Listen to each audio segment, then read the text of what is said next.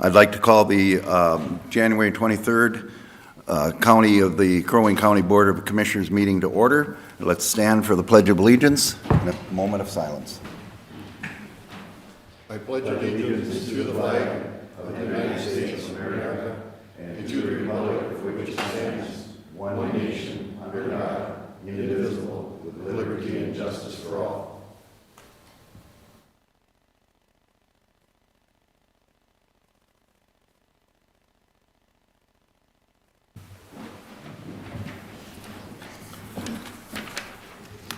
The first item on our agenda, we have open forum. I see we have one open Mr. forum Chair. here from Chair. Erwin Swanson, if you'd like to come and speak. Mr. Chair, excuse me, we need to call the roll. Oh, shoot, that's right. We have somebody out of town, so we got to call roll. Excuse me, let's do a roll call. Commissioner Coring, Present. Commissioner Lubke, Present. Commissioner Barrows. Here. Commissioner Franzine. Commissioner Hoag. Here. All members are present. Okay, thank you. Now, Aaron, you may come up. And you have 3 minutes to address the board. Great. Good morning. My name is Erin Swanson, and I'm a nurse practitioner with Essentia Health. Can you give us your address, please? 4845 Baywood Road, Baxter. Okay. I'm the only one speaking here today, but that is not from lack of support. Being a Tuesday morning, most of my colleagues are seeing patients, colleagues who have continually been asked to do more with less. Our stories are different, but they have all brought us to the same place, wanting a union to protect our careers and our patients. The flyers I brought contain direct quotes from colleagues on why we need a union. We will continue to put them out as a way to show solidarity as Essentia makes us jump through hoops. Since we filed with the NLRB, Essentia has made it very clear that they will do whatever it takes to prevent us from having a voice. Instead of letting us proceed with a vote, Essentia has 4 attorneys working against us. They are arguing that we should be broken up into individual bargaining units. This makes no sense considering most of us travel between multiple sites. I have personally worked in 7 different locations. With 9 hospitals and 41 clinics in the East region, they cannot possibly think that negotiating that many contracts is manageable or fiscally responsible. My translation is that they are stalling so they can have more time to send out their anti-union message. Essentia leaders have created an anti-union website, hosted countless anti-union meetings, and bombarded us with anti-union notifications, even utilizing our emergency response system, sending direct messages to our personal cell phones. I have never seen this system used for any communication other than testing. Some of the messaging being sent by Essentia is misleading and fear-mongering. Comments about none of us getting raises until this is sorted out, while pointing out that it could take years to negotiate a contract, or we may end up with a contract worse than what we have now. The truth is, we don't have contracts. Essentia is able to make unilateral decisions about the terms of our employment at any time. So when they decided that I was going to start working holidays, when they changed the way I was paid, when they cut my hours, when they had me travel to other locations, and when they canceled my hours on short notice despite already arranging childcare, all of this was acceptable because I have no contract. Aaron, we're at our 3-minute mark. Okay. The only time that they acknowledge that we have a contract is when it comes to a non-compete, and that's why we feel we need a voice to form a union, to have a voice for ourselves and our patients. Essentia Health provides a public service for this community. As elected officials of this community, I am here for myself, my colleagues, and our patients, requesting you please ask Essentia Health to withdraw their objections, stop with the anti-union tactics, and let the workers vote. There is no need to prolong the vote with lengthy trials that will take us away from our families and our patients. Okay. Thank you. Thank you. Next on the agenda is review and approve minutes of the January 2nd. Are you, did you fill out a, No, I didn't, but I can't speak. I will ask board, what would you like? He can speak. You may speak. Mr. Chair, can you have him fill out a form on his way out then? Okay, yes. Would you fill out a form on your way out so we have a record of who I'm you are? sorry, but I came from Steele County. We didn't have to fill out any forms. We just Okay. had where you state your name and Name for address the record and, and then talk about what your thing is. My name is Robert Grant, 7589 County Road 13, Nisswa, Minnesota. And I'm here about the group home on County Road 13.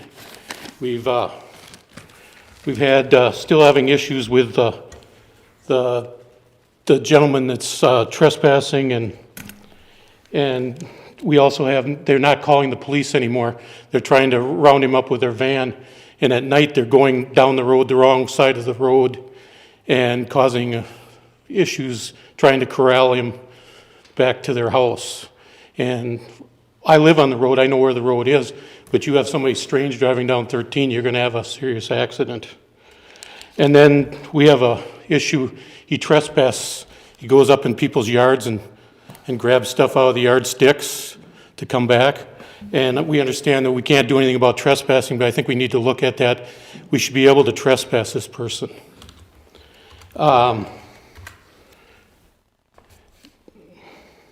Yeah, and he's still walking.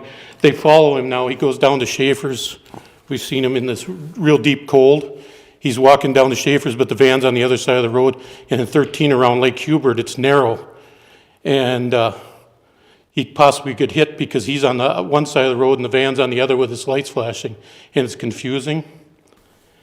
You know, he needs to have some care because I pulled the police reports from the sheriff's and Nisswa police reports. And the kid is, in these reports, it says he's suicidal and he's done damage to vehicles. So what we're asking for is that we're hoping that somebody's in charge, that's in charge with the county, that's in charge of these homes, come to the township meeting. We've been having meetings on this, and we only had the sheriff's department show up once. And they said they were coming the next time, and they didn't. But our next meeting is the Lake Edwards Township, February 13 at 7 p.m. And I want to say thank you to Josh Heitzman, our state representative. He's came, and his staff has been getting a hold of us. And we're now documenting everything, video documentation on everything we're seeing now. And so to go forward with this, we're concerned. And one other thing I wanted to say, I wanted to give a shout out that your snowplow drivers are doing an excellent job. I plowed snow for 40 years for MnDOT, and they do a really great job taking care of the road. So I just wanted to give a shout out that I think they're doing a great job. Thank you very much. Thank you. And make sure you fill out that form with Therese, so we have you on record. She'll have a form. It's just out in the hall. It's just, And it's you so can we just get your leave it name and there. address, right. Review and approve minutes from the January 2nd meeting. So moved. Second. Motion made and seconded. All in favor signify by saying all. That would be a roll call, correct, Therese? Correct. Commissioner Coring? Aye. Commissioner Franzine? Aye. Commissioner Barrows? Aye. Commissioner Hoag? Aye. Commissioner Lebke? Aye. Next on the agenda is review and approve the agenda. Mr. Chair, we have one addition to the agenda. It is to allow the Land Services Department to apply for a grant for our recreational trails. I would suggest we add that as item 6.2. Sure, okay.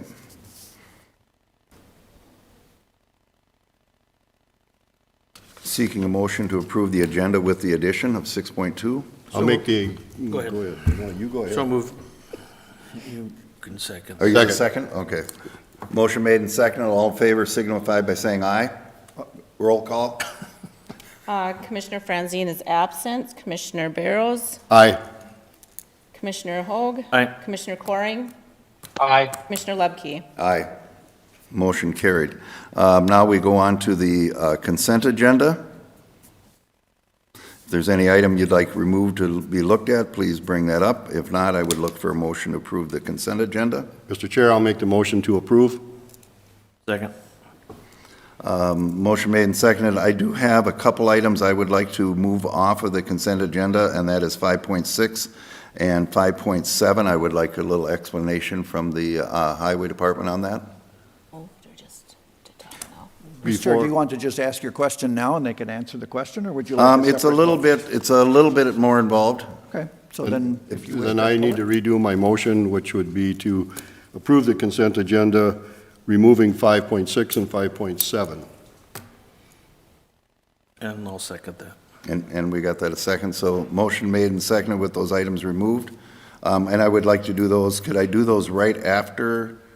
When do I do those then? Mr. Chair, Well, it's the chair's prerogative. Mr. Chair, we always used to, in the past, we've always asked our questions on Before we get there? anything that's on there, and then we approve it. Okay. I guess I can't see any reason to move it somewhere else. Okay, But that's okay. your I will, prerogative. I have done it differently in other places, but I would go by the will of the board. So if so be okay, I will do that and ask those questions. Well, then, Mr. Chair, I would redo my motion to approve the consent agenda as printed. And I will second. Now we can move to discussion. Okay, now, Tim.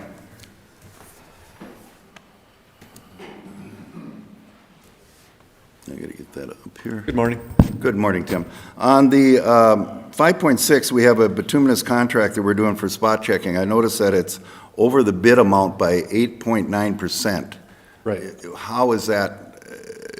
Was there add-on stuff? I thought we tried to get those pretty close. We do. We actually have measures at the Highway Department for our engineering, and in this case, this falls under engineering or for bituminous patching of 5% plus or minus on our awarded bids. With the bit spot patching, this one sometimes is a little less refined than some of our other engineering projects where we take sometimes years to refine that cost estimate. Bit spot or spot bit patching, bituminous patching, is just overlays that are needed throughout the county to kind of keep the system going. Think about some of the worst areas of County Road 15 that we needed to keep together while we planned our project, a few years ago. This is where we utilize this contract. And when Jory and the engineering team put it together, sometimes it's so early in March that we have not witnessed what we call spring breakup, which I don't like that term, but sometimes there's areas of our system that break up that spring, and we didn't get them in the plan. So when we do have the contractor on board, we take those opportunities to review, and then using those contract bid prices, ask them to do maybe a little extra work in these areas that we did not anticipate. We also, go ahead. You don't do that then as an add-on to the bid at all? You just include it in that bid then? You don't do it as a supplement to the bid? It would be a supplement to the contract. So for example, if the contract was $429,000 was the original contract, but throughout the course of the contract, we recognized that there were other areas that we needed to overlay to keep it going rather than simply ignore them to next year. We would do that. The benefit of that is it's under that contract. We know what the bid price is and we know what's going to cost. Another opportunity that we took on this contract is we do a good job of partnering with townships, and we had a township come forward and ask for our assistance on some of their roads, and that was Long Lake Township. And they also asked for some extra work under this contract that they did not anticipate. So we used the bid prices to They were able to get that work done. Enjoy that bid price. That's correct. So we're just being a good partner, and that was the vast majority of the increase in this contract. Okay. On 5.7, that's the roundabout on 3 and 11. And on that one there, it's over by 2.8%. And I noticed that 2.8% is, I think, pretty much that, I think on that one you had a $75,000 incentive on 3 and 11 to have it done by a certain date.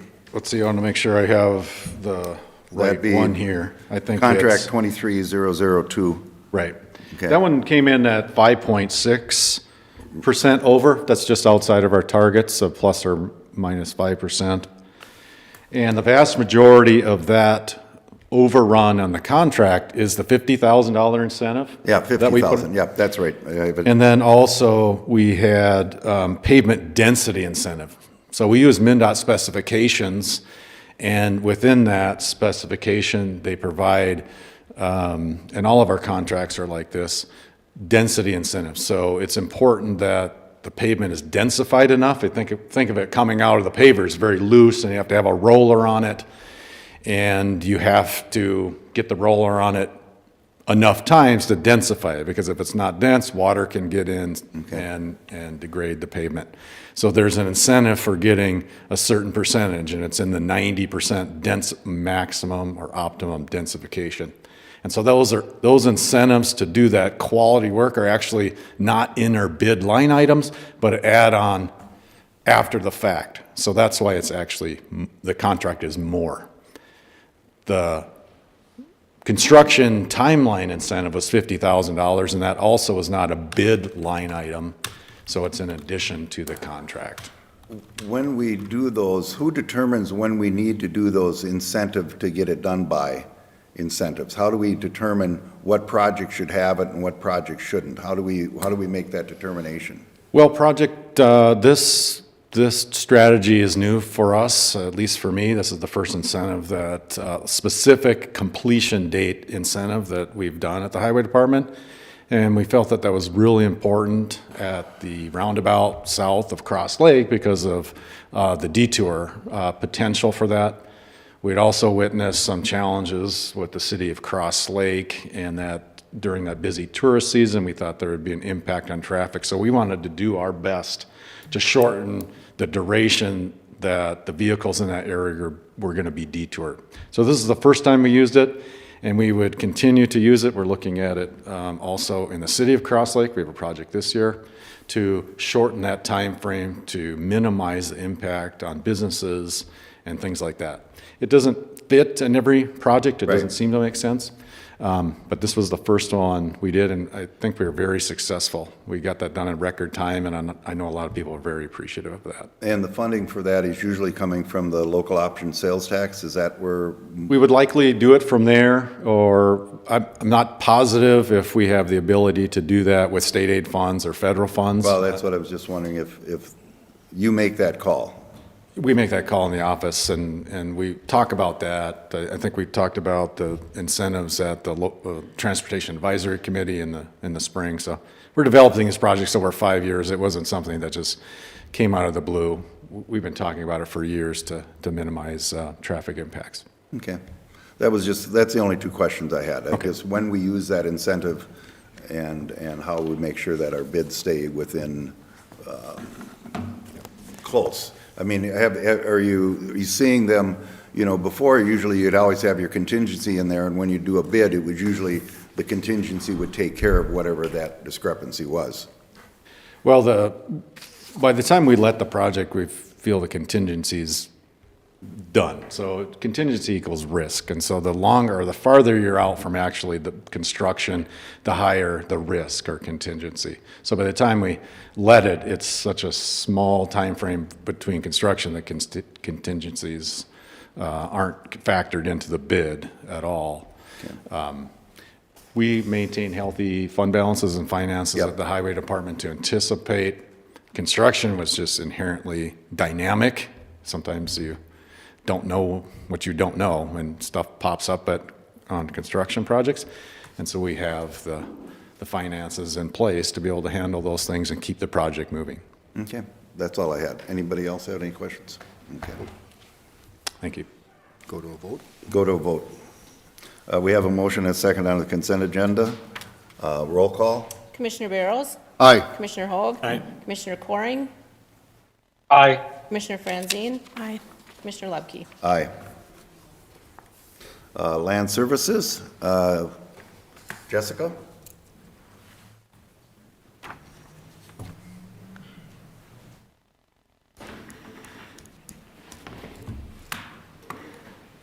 Good morning, Mr. Chair, Commissioners. Today I have before you our 2024 Aquatic Invasive Species Plan, or AIS plan. Each year, the state of Minnesota provides counties with aid to develop a plan to stop the spread of AIS. In 2024, that amount for Crow Wing County is $472,580, and this plan lays out how we plan to spend those funds.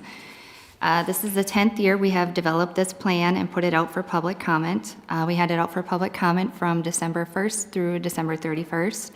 In that time, we received 4 comments, and they were included in your packet. Each year, when we put it out for public comment, the overwhelming response is our inspections are the number one priority of this plan. That's our number one fight against the spread of AIS. And this year, each year, we do a presentation of our proposed plan, and we did that on November 29th this year before we put the plan out for public comment. There were 7 lake associations present, and they provided feedback during that session and also during our public comment period. There were minor tweaks to our plan that were suggested and we took into consideration. And at that meeting, they also agreed that the only major change we have in our plan from last year is a pay increase for our inspectors. And during that feedback session, they agreed that that pay increase was probably the best course of action to increase our inspectors at our accesses, get more inspectors hired so that we can be at those landings and fulfill those hours. So that's what I have for you, and I'm open for questions.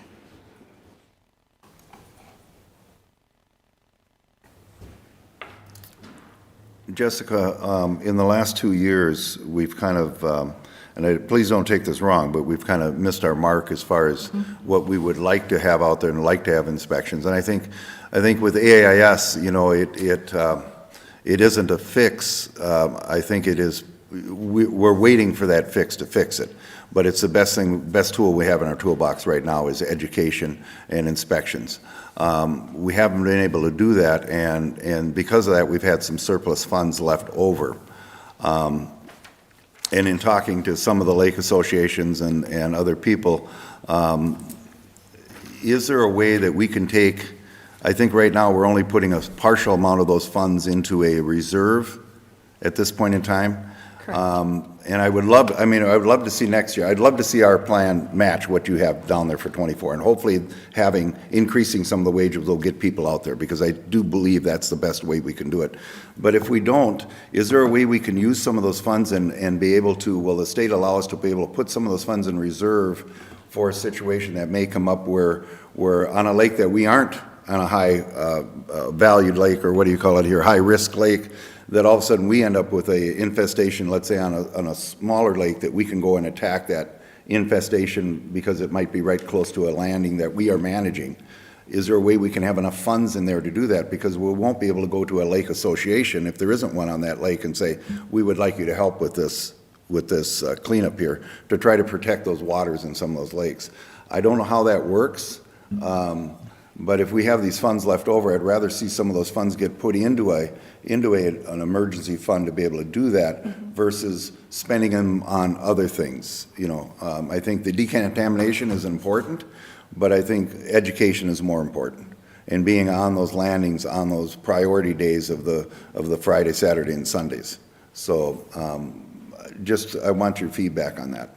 Yes, so currently we do budget for $5,000 to go into this emergency fund, if you want to call it that. So at the end of 2024, we'll have $10,000 in there. So we are allowed to set aside funds, so that's something we can certainly do if we do, like you said, we do not want to have this large rollover. So if we do, we are allowed to set aside those funds and they can roll over into the next year, and we could put them into a fund like that for emergency response, like you said, to an infestation.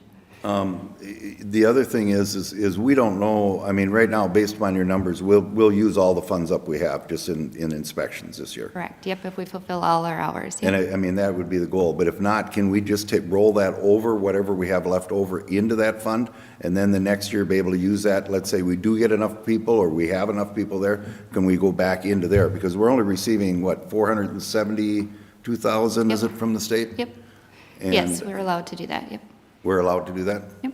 Okay. I would just make that a suggestion. I don't know if that has to be a board thing or if that's something that comes from them to look at rolling over more of those monies. Right now, what do we have sitting in our reserves right now? We have $5,000 that we budgeted in 2023, so at the all end the of this monies year, that we had for 2023 have been used except for that 5,000? Correct. Okay, Yep. okay. So, looking for some input from the board on that, if you have some ideas. Well, excuse me, Mr. Chair, I think that if we're going to change our approach to the AIS program, that should be a consensus, at least by the board, to decide that that's the direction we want to go. I'm just bringing it up as a question. I want input on it. I don't know if I want an action on it. At this point, I don't think that an action is, or should happen until the board can discuss this Okay. further, and then if we want to give direction to change what we're currently doing, we can do that, but at this point, my personal opinion is that we approve the AIS prevention plan as printed. Okay, I agree. okay. So I would entertain a motion. Mr. Chair, I'll make the motion to approve the 2024 Crow Wing County AIS prevention plan as submitted. Second. Motion and second. All in favor signify by saying aye. Oops, Commissioner- roll call. Commissioner Hoag? Aye. Commissioner Coring? Aye. Commissioner Franzine? Aye. Commissioner Barrows? Aye. Commissioner Lepke? Aye. Thank you. Thank you. Did that pass? Yes. I believe by Robert's Rules of Order, you have to announce that it passed or it did not pass.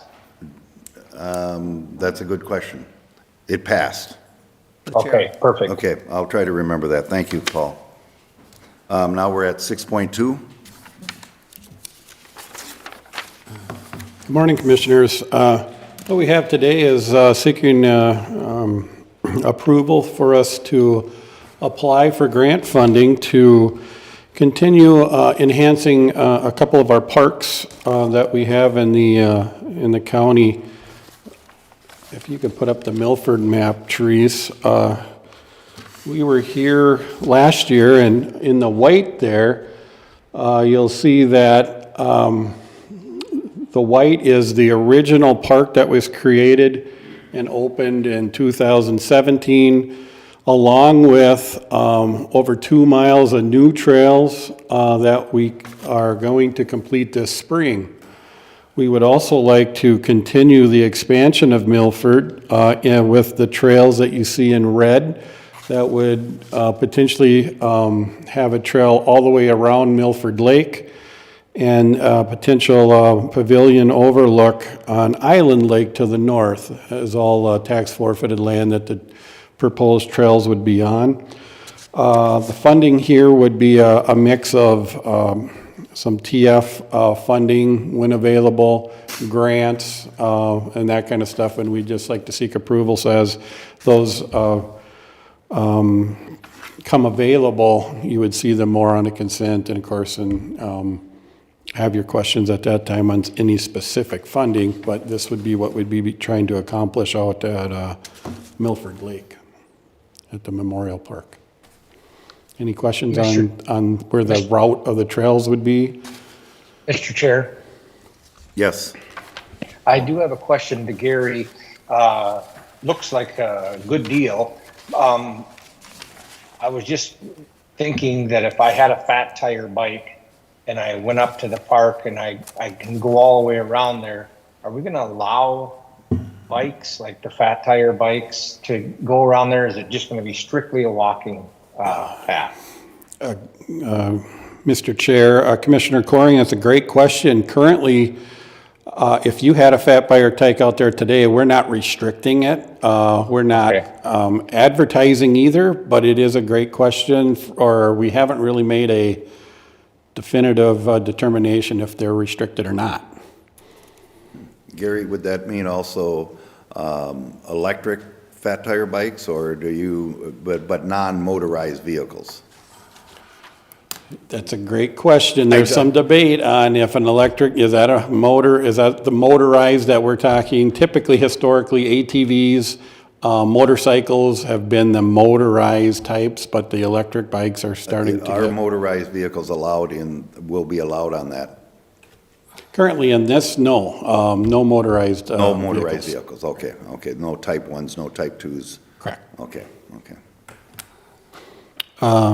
And then the other map, Therese, if we could, is to enhance the South Long Lake Park by adding a little bit of, it's not a very big area, but add a little trail there that you could go in to the river. Right now, you can only go right beside or through the pavilion. We'd like to have a trail that would go on the other side of the pavilion. Kind of, there's a little treat area there that could get down by the dam, and then proposed playground equipment. I believe Commissioner Coring brought this to my attention a a little while ago, and just trying to look at how we could accomplish this and also go out and see if there's any grant money out there available to help fund it. Any questions on South Long Lake? So we're looking for a motion. I would make the motion to seek other grants for the expansion of Milford and South Long Lake. Second. We have a motion and a second. Roll call. Commissioner Coring? Aye. Commissioner Franzine? Aye. Commissioner Barrows? Aye. Commissioner Hoag? Aye. Commissioner Lebke? Aye. Motion carried. Gary, just a couple of questions. Yes. Do we have any of Milford Lake in private ownership anymore? Oh, great. If we could pull the map up there. I didn't get my coffee, so I wanted to hit on this because I think this is a great point. The answer quickly is no. Up there, if you see where the proposed trail expansion is, right underneath the Milford Lake Drive up there, it would be the upper right-hand corner. That parcel we just had purchased about 3 months ago. That was the last private-owned parcel on Milford Lake, and that was proposed to have a short-term rental there. So the peace and tranquility was kind of at, it was going to be debated if it's going to be as, we would like to continue to have that as just a somber remembrance of the tragedy that happened there. But the quick answer, Tim, is no, we have secured that, and that's what kind of lended itself to go, oh, we maybe can make some significant trail connections here with the park. It is, I think, an important distinction and a new one, because we know that Milford Mine is the site of the most tragic mining accident in Minnesota history. It occurred at Milford Mine, the opening of which is 60 feet below the surface of Milford Lake. And so somber reflection seemed appropriate there. Jet skis did not. Right. And so I think it's really a jewel for the community to have basically cordoned this area off for public reflection. We also have an anniversary of that tragedy coming in the not-too-distant future, don't we? Yeah, February 5th will be the 100-year anniversary.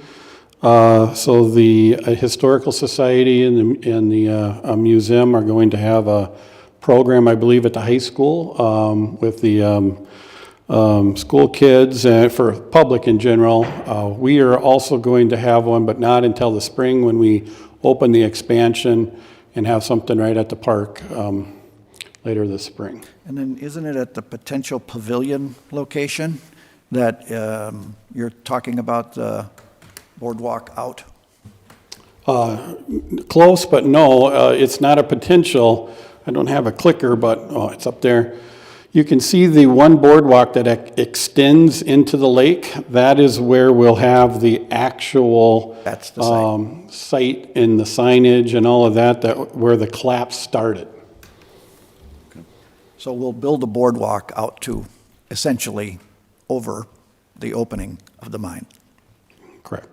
When do you expect our part of that to be done? I know we're waiting for a grant from, Yep, this year, we're hoping for June, right around in the middle of June, to be able to have a opening of the expansion. Right now, the boardwalks are being built, and in the spring, we just got to finish up some touches on granite on the trails, some hand railing on the stairs, some of that stuff, and we got, I want to say, about 20 more signs we got to install, and then we're ready to open for our part of that, would we put in there? Correct. As far as when do you expect to have an answer from the grant request that we're doing here that we passed today? Probably not till the fall, and some of that's, this is kind of, it's like some dominoes, but we also are kind of waiting to see what the decision is and how far along the look back is for the Supreme Court ruling that had happened. So this just gets us set up to be able to be ready to go. Still waiting on that and bringing everything together, but by the end of the year, this should get real clear on how much can we actually continue on for whether in '24 and '25 and so forth. This is probably going to be a multi-year plan because of the cost, yeah. Okay, thank you. Anybody else have anything else for Gary? Thank you, Gary. Thank you. County Sheriff? Front and center. Officer. Hey, good morning, everyone. Good morning. I mean, I've been very busy, but not a lot to share with you today, but we've had some, one of the good things that I did want to share was that we are, and this is one of the things I really worked on when I first got here, was getting full staffed, and because we've been so short-staffed. So I want to let you know that we are, I hate to even say this, but we are at full staff, and it's been very good for the health of the organization to be at full staff. So I thank the people that work for us, and I thank you guys for supporting some of those initiatives that we did or that I asked for in the beginning. So I appreciate that. Well, we've been busy working on some jail stuff as well. We have a couple different options that will be continuing to massage, and we'll bring that to you probably at a later date. Other than that, you know, the big question seems to be about the JC's fishing contest. So all we need is 6 more inches and we're in. So hopefully that happens. Tough to build ice at 24 degrees. Well, I don't have anything to do with that. Right. I'm just saying, all I need is 6 more inches and Yeah. we're going. Supposed to be up to 40. How many inches? Just 6, give me 6 more inches and we'll make her happen. No, there's been a lot of talk about that, and of course I feel bad for all our winter activities up here, and folks actually have taken a big hit on that, so. Great improvement in your engagement scores this year. Credit to your leadership. Yes. Yes. Especially in Thank the you. jail, and Yes. thrilled to see it. So Yep. thank you for those efforts. You bet. Yeah, I appreciate that, bringing that up. Yep. Yeah, so I think we're doing great, and things are going really well, and we're just continuing to make good changes and good movement. We'll keep banging our knuckles on the wood. Yes, yes, please do. Yeah. But thank you. Thank you, Thank you. Sheriff, for your report. Next would be County Attorney. Do we have anything? Nope, County Attorney's not on? He is not. Okay. We'll go on to County Administrator. Mr. Chair, we did have a few items on the senior management team meeting yesterday, but they just weren't sufficient enough to hold a meeting. So we kicked those items to the next meeting and canceled the meeting. Enclosed in your packet is, once again, the citizen committee appointments for 2024. If you have any of the open ones that are on the list that you're ready to make appointments to, we could do that at this time. Therese, is there some that I make the appointment on, or are they all? I believe all of them right now are chair appointments, and it looks like, Commissioner Coring, are you ready with Ryan Kearney yet? Yes. Okay. So it looks like Ryan Kearney to the CHS Advisory Committee, Jeffrey Davidge to the Extension Committee, John Auger to the Transportation Advisory Committee. We have a vacancy yet in Extension Committee, District 3, HRA, District 4. Daryl Palmer needs to be reappointed to the NRAC. Another vacancy in District 5 to the Extension Committee. And are you ready with Brittany Schwartz? I haven't reached her yet. Okay, so that one's still pending. We have District 5 TAC is still pending. And then we do have the one at-large in the NRAC, so if anybody has any recommendations for that one, that is an at-large position. Otherwise, you can go ahead and appoint So those. would you like that? Do I make that as a motion? You can just say yep. Huh? You can just say yes. Yes. Okay. They are Okay, Thank so you. appointed. Now they're appointed. Huh? Now they're appointed. Now they're appointed. Okay, good. Thank you. Thank you. We'll put this on your agenda probably one more time. Well, there's only one left. Okay. So, Okay. Mr. Chair, that's all I have for you. Happy to answer any questions about anything related to county government. Anybody on the board have any additional business they would like to bring up? I think we go on now to a closed meeting. Mr. Chair, I would make the motion to go into closed session for labor negotiation strategy pursuant to MS 13D.03, comma, subdivision 1, parens 5, or B, I'm sorry. B, 5. B, yeah, why did you come up with 5? I don't know. Okay. We have a motion and a second. All in favor? Commissioner excuse me, Commissioner Franzine? Aye. Commissioner Barrows? Aye. Commissioner Hoag? Aye. Commissioner Coring? Aye. Commissioner Lubke? Aye. We are in closed session. Morning, Mr. Chair and Commissioners. I'm here this morning to present a contract settlement between Crow Wing County and IUOE Local 49, representing the facilities group. This is a group, represents 9 employees here at the county. They are market aligned, part of our market aligned pay plan with 100% application of the pay matrix, which includes moving to 90% of the metro in 2024 and increasing our ranges by 2.5%. And in 25, increasing the ranges by 2.5%, and in 26, increasing them by 3%. This group is not on the county insurance plans, but instead are on the IUOE insurance plans, and therefore we did slightly increase the premium contributions for their health insurance premiums. Some of the key recognitions follow suit with what we've done similarly in our other contracts with Juneteenth and Christmas Eve, increasing the healthcare savings plan, the deferred comp match, and using the full PTO accrual table at the time of hire as another recruitment tool for us, allowing 1 hour of pay at time and a half for after-hour calls and using technology remotely. It is a 3-year contract, and we continue to clean up some contract language. Sorry. That's okay. For the wage settlement, in 2023, there will be a 2% additional movement within the range, and same for 24 and 25, an additional 2% movement. If there are no questions, I'm looking for a motion to authorize entering into an agreement between Crow Wing County and IUOE Local 49 representing facilities effective January 1, 2024 through December 31, 2026, and the chair, HR manager, and county administrator are authorized to sign said agreement. Thank you. Mr. Chair, I'll make the motion to approve the contract as presented to us this morning. Second. Motion by Barrows, seconded by Haug.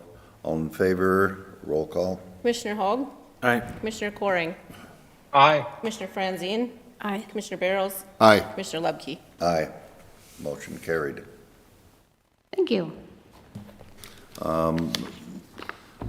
I guess the next thing on the agenda is adjournment, unless there's anything else. Motion to adjourn. Second.